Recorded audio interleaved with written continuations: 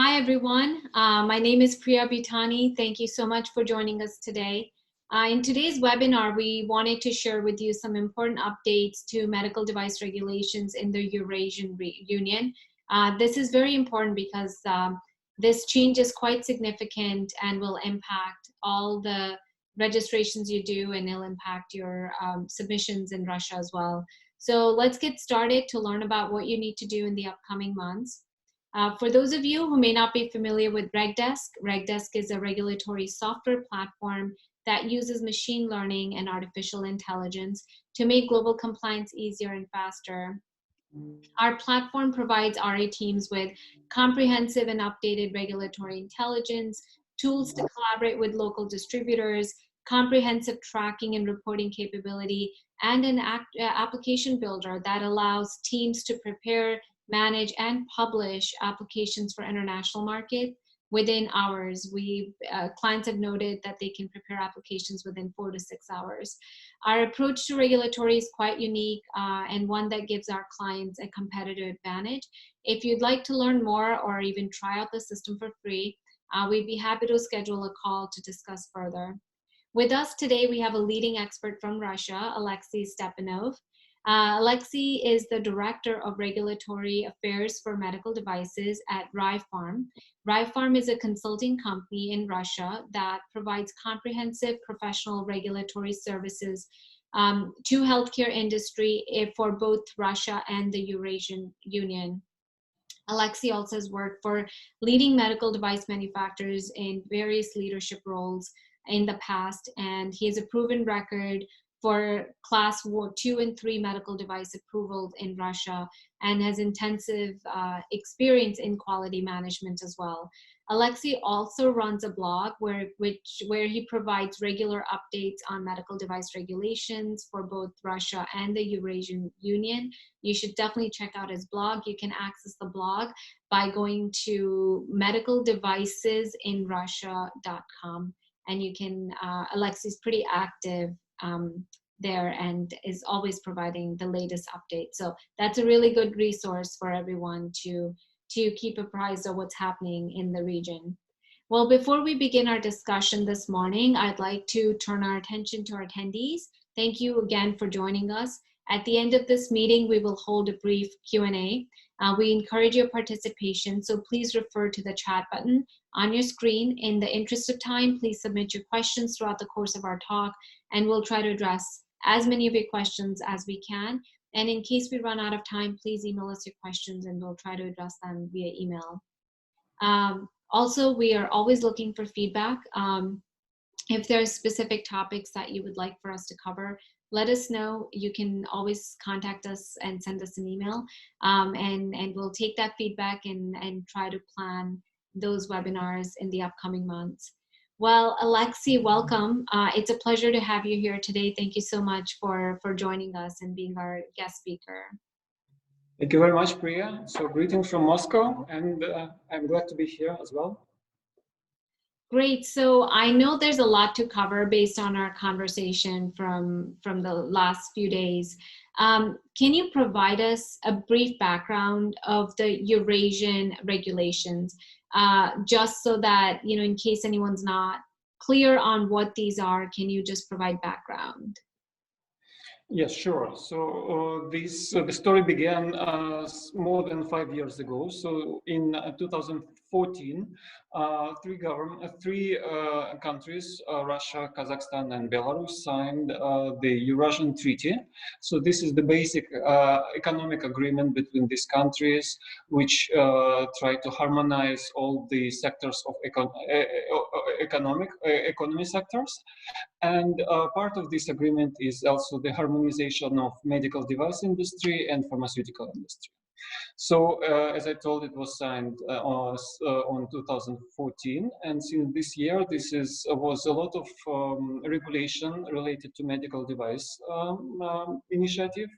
So this is the different level regulation was released, and so for today we have the all documents released and approved. And for this year, as you previously mentioned. This is quite important because for the end of this year, this is the date of the so-called transition period. So formally, we now are in transition period when we have in parallel two different systems in the member states of these countries.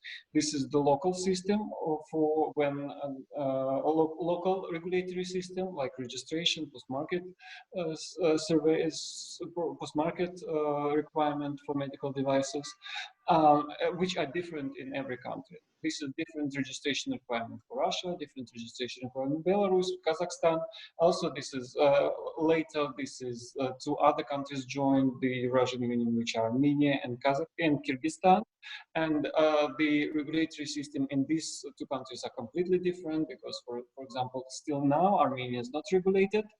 But since the next year, we expect that the transition period will over, and we will only work and only have the Eurasian regulatory system, which with harmonization of all these national system and registration, all new registration will be possible only according to this Eurasian medical device regulation, and also all post-market requirement will be regulated by these Eurasian laws and guidances. Understood. Thank you. So 5 countries now, which is great, and looks like the national regulations will be will be placed on hold or eradicated slowly, but it's going to be, if you want to enter these markets, even Russia, you have to go through the Eurasian regulation. So can you help us understand, so since the Eurasian regulations, and we actually covered this in our topic last year as well, but what's changed? So what's the change that the agency, the union made in the last, I believe there were changes being made as of last month even. So what's different between the older version, the previous version of the regulations versus now? What did the union change? So first of all, for the previous version of the regulation, which are the local regulation, are significantly different in other countries. Yes. So for now, for example, we have the different registration approaches in Russia and Kazakhstan and Belarus. The classification may be different, the grouping for registration may be different in these countries, and the Eurasian initiative, Eurasian regulation try to harmonize this, all this requirement across all Eurasian Union. So I think this is the main idea of this and the main difference. Regarding the registration process, I would say that there are quite significant differences in approval process between what we have today and what we expect to have in Eurasian regulation. So first of all, important step is the requirement for quality management system for manufacturers of medical devices. In most Eurasian member states, for now, this is not required for registration, and usually we have the evidence that usually we provide like ISO certification in the submission package, and usually it's enough. But for Eurasian approval process, we expect it not will be enough in most cases. And so, according to requirement that we have for today, it's clearly said that for high-class devices, for 2B and 3-class devices, the mandatory step of the approval process is the quality management system inspection, which is planned to be performed by one of the competent authorities of one of the member states. Yeah, and so we have these requirements, the guidance on quality management system for medical device manufacturers. It's so-called regulation number 106. It was released some years ago, I think since 2018. and so now it's available. Even available in English, so it's possible to make the assessment of this. And we expect that this is one of the main differences between what we have today and what we expect to have in Eurasian Union. So let me mention that for now we have very limited experience on approvals on Eurasian, according to Eurasian regulation. For the beginning of this month, it's only 5 medical devices in the database which are approved. And for quality management system inspection, we have the Russian competent authority Roszdravnadzor announced in the end of the last year, in the end of 2020, the information about that the first quality management system inspection was performed in Russia. However, for the future, we still have no full visibility of what will be the agency who will perform this inspection, what will be the cost, and what will be the timeline. So it's still in the phase of development, and we're still trying to monitor and understand the practical aspects of this approval step. So this is the first point. Another point, probably, which is quite significant difference between local approval process and Russian approval process, that for Russian process, regulations establish the mandatory clinical trials for also for high-class devices, for 2B and 3-class devices. The regulation required to perform clinical trials according to the good clinical practice guidances, and these clinical trials, according to regulation, what we have today, it is should be done in Eurasian Union and in hospitals in the Eurasian Union, and it should be multi-central clinical studies. What does it mean in practice? We're still trying to understand. We're trying to have the feedback from clinics.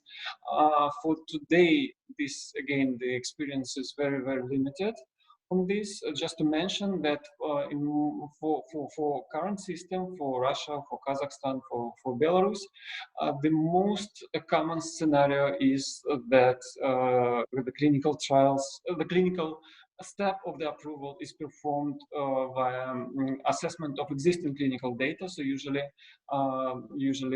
we got for foreign manufacturer, we got the clinical data obtained from other markets or other jurisdictions, and usually we just make the clinical evaluation of this data in Russian clinic, and in most cases this is acceptable for approval, but and there is no there is no clear requirement for today to perform the clinical trials with patients. It's very rare requirement to do it. So I would say, answering your question, the quality management system and the clinical trials is one of the main differences between what we have today and what we expect to have in the future. Of course, there are also some technical or administrative differences, but they are not so significant, I would say. So has the union established that they will not accept for class 2B and 3 devices, that they will not accept any data from other countries, especially, even if it's GCP data and you have data from, let's say, the US or Europe, that's not going to be accepted, right? That's sort of where the regulations are sort of leaning towards. Is that correct? We don't have the direct prohibition that it's not accepted, but we have the direct requirement that the clinical data should be obtained within the Eurasian Union, and clinical data should be obtained via clinical trials here in Eurasian Union. So I think most likely it's like this, yeah. However, how it will work and on practice, let's see. Yeah. So when is this going into effect? The regulations and the fact that no more national regulations will be, you cannot take that national regulation path, but rather your Eurasian Union path. So when does that go into effect? When can foreign manufacturers begin to prepare, and then what are the timelines for the implementation of this? Okay, so for the timelines, as I told, we now are in transition period when the Eura, we have it was already launched, and it's working. It's now working, but it's possible to submit, but it's very slow and very limited experience. And these are two important dates in coming year. So this, first of all, this is the end of 2021, end of this year, and so according to the Eurasian regulation, since the end of this year, since the beginning of the next year, since 1st January 2022, the old submission for the new registration will only be possible according to Eurasian system. Yeah, so if now for today, for example, we can choose either to test and submit on Eurasian process, or we can still submit using the local registration rules. Since the 1st January 2022, according to what we have for today, if it's not prolonged or it's not, I don't know, cancelled, but we don't expect this, so it will only be possible to do via Eurasian process. This is related to new product registration. For products which are already on the market, which are already approved, for example, if we have the portfolio for registered product, according to the Eurasian regulation, these products will stay on the market and these products will stay approved, but they will be approved only in this country, in this particular country, when this registration was obtained and when the registration certificate, registration license was issued.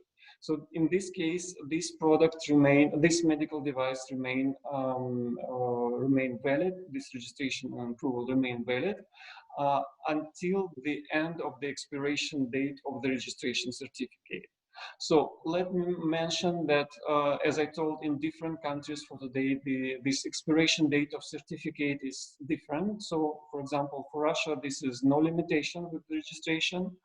For Belarus, there are registrations that have been issued, have expiration date for validity date for 5 years, 7 years, 3 years. So it's really no common approach in this. So the rule is that in for end of this year, the product is approved. Product is approved in any member state. It remains until the end of expiration date.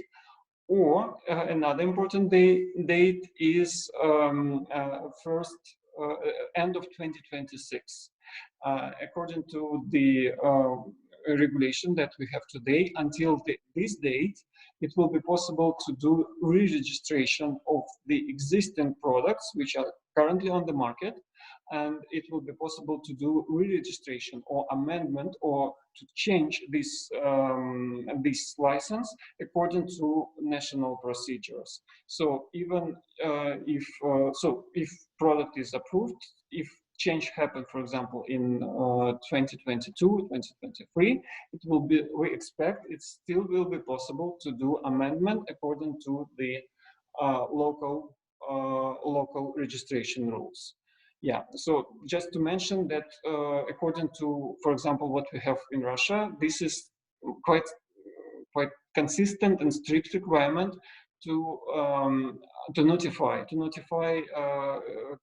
competent authority about any change, about changes in technical documentation, in changes in instruction for use, in labeling, in I don't know, in administrative information for manufacturers. So if this happens, we still expect to work on changes according to the Russian procedure, for example, until the 2026. And so most likely after this date, it will completely switch to Eurasian procedure. So these are two important dates, the 1st January 2022 and the 1st January 2027. Understood. Thank you. And is there a preference, Alexey, on or any suggestion as a regulatory expert in the region for which member state, which competent authority of which member state one should select when they do the submission? Is it preferred to go through Russia, or can you go through Belarus? I mean, can you say that Belarus is going to be slightly easier? I mean, what should the preference be, and what is the most effective way to get the approval? Okay, so again, the regulatory system for today and local regulatory system are quite different. And if you have the experience with the region, you probably know that for today, the reality is that Russia is the most difficult approval process. For Belarus, it's easier.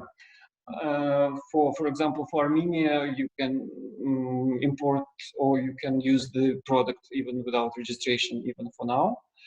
And and this market are also different. For example, the Russian market, the Armenian market are different. Yeah. So probably my recommendation will be first to assess the market where your target market when you plan to have the product. I assume this is most likely Russia or Kazakhstan as the biggest market in the region. Then also to keep in mind that regulatory systems are different and the level of I don't know, the political voice of these regulators are different, and also the I would say the maturity of the regulatory system. Yeah, they are quite different. For example, for Russia, this is more the most I would say we informally can say that Russia will lead this trend for the region, and other jurisdiction in most aspects just copy these Russian requirements. This is not formally, but we can see this. So my recommendation, if you consider Russia as a target market, to consider Russia as the target, as the first member state, yeah, at least for the first projects, just to have the experience, because I don't think that it will be possible to, for example, to have the expertise in I don't know, in not regulated country to get the expert report, and then that Russia will accept it without any question. I don't think so. So my recommendation would be to consider the most, I would say, the most strict requirement as the first country to select for the approval process. Are these the competent authorities in these 5 countries?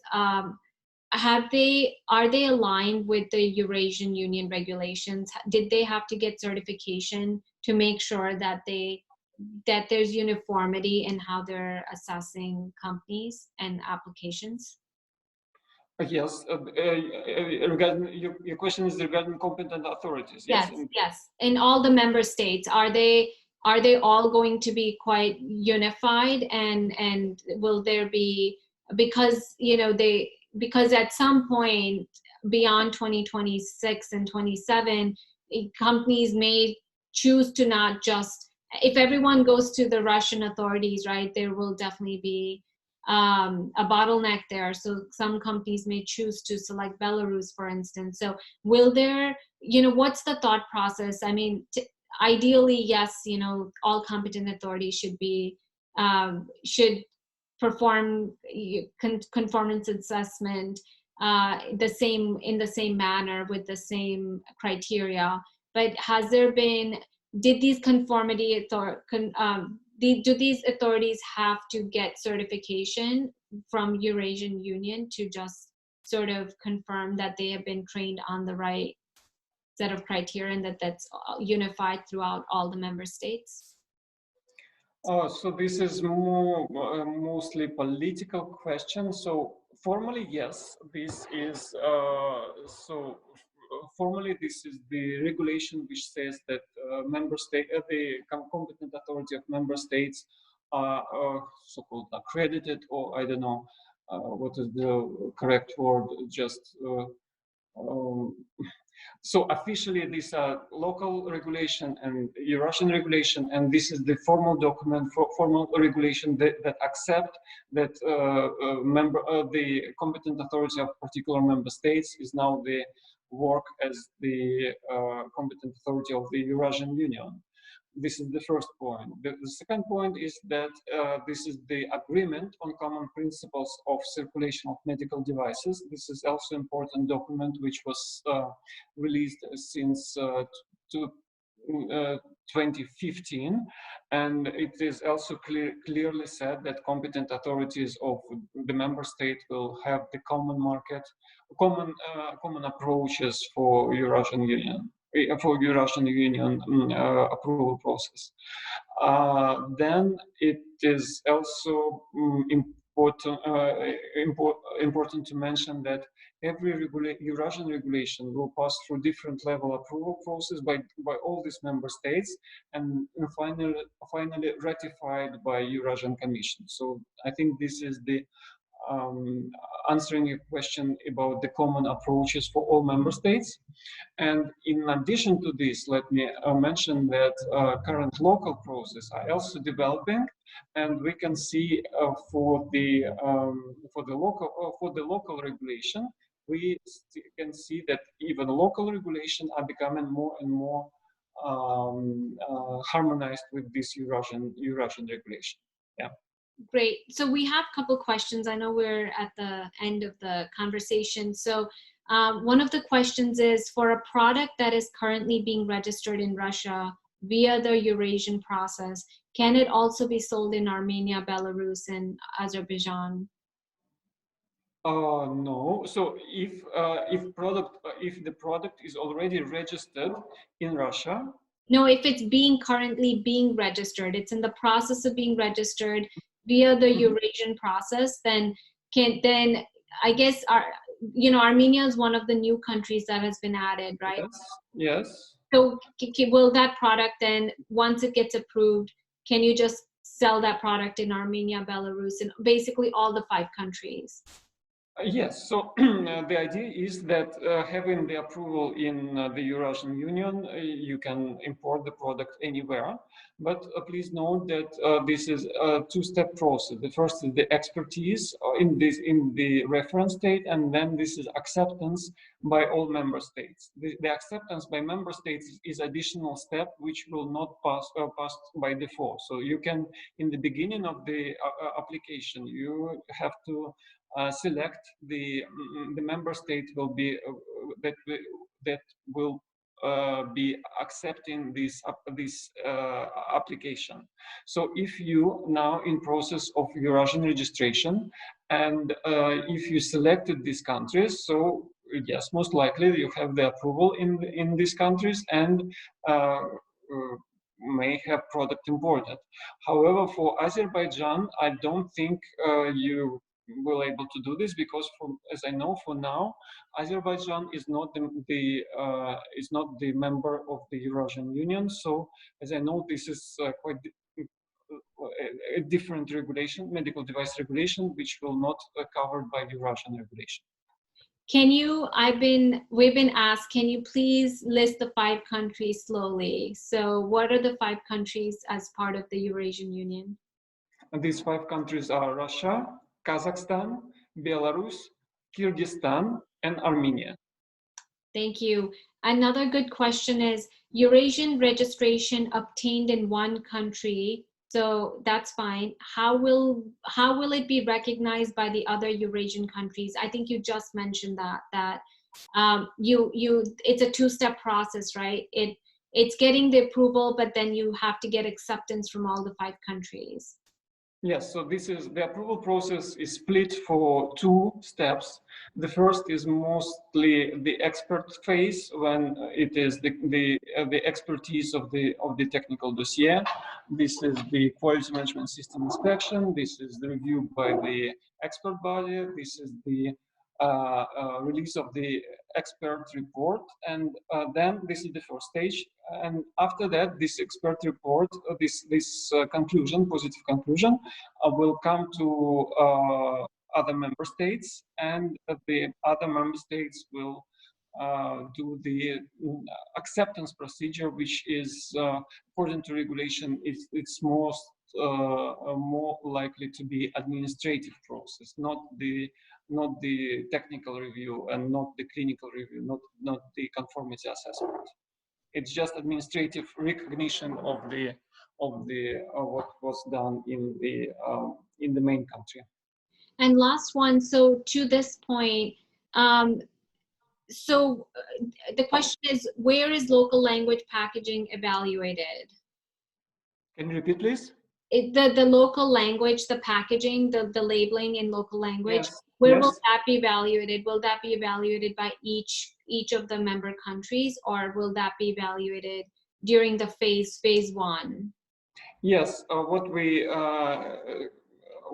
see today, according to the regulation, we have to have the language package for all member states in the beginning of the approval process. Yeah. Okay. So this is the for Russia, it's Russian, of course, Kazakh language. For Armenia and Kyrgyzstan, I didn't have a lot of clarity, but for Kazakhstan, yes, for sure. If it will be required for the approval.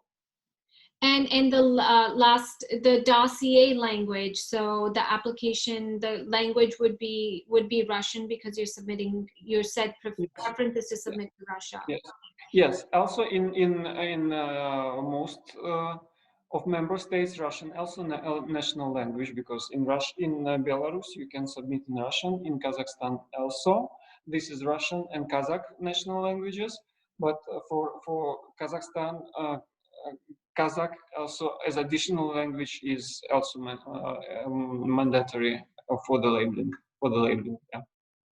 Okay, and then lastly, just want to repeat. So the quality management system inspection, we're not talking about just reviewing the ISO 13485. We're talking about what they mean by inspection is visiting the actual manufacturing site, even if it's overseas. Yes. Yeah. Yes.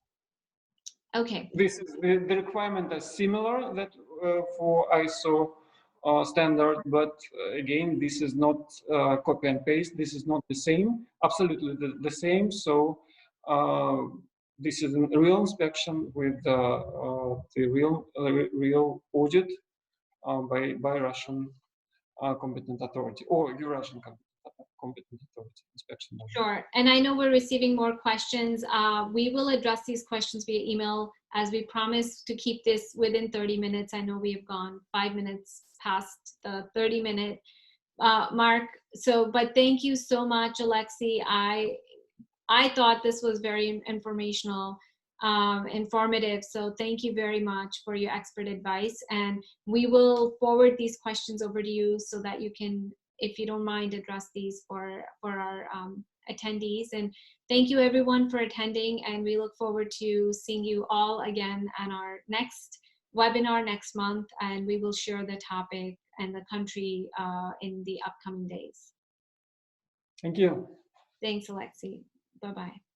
Bye-bye.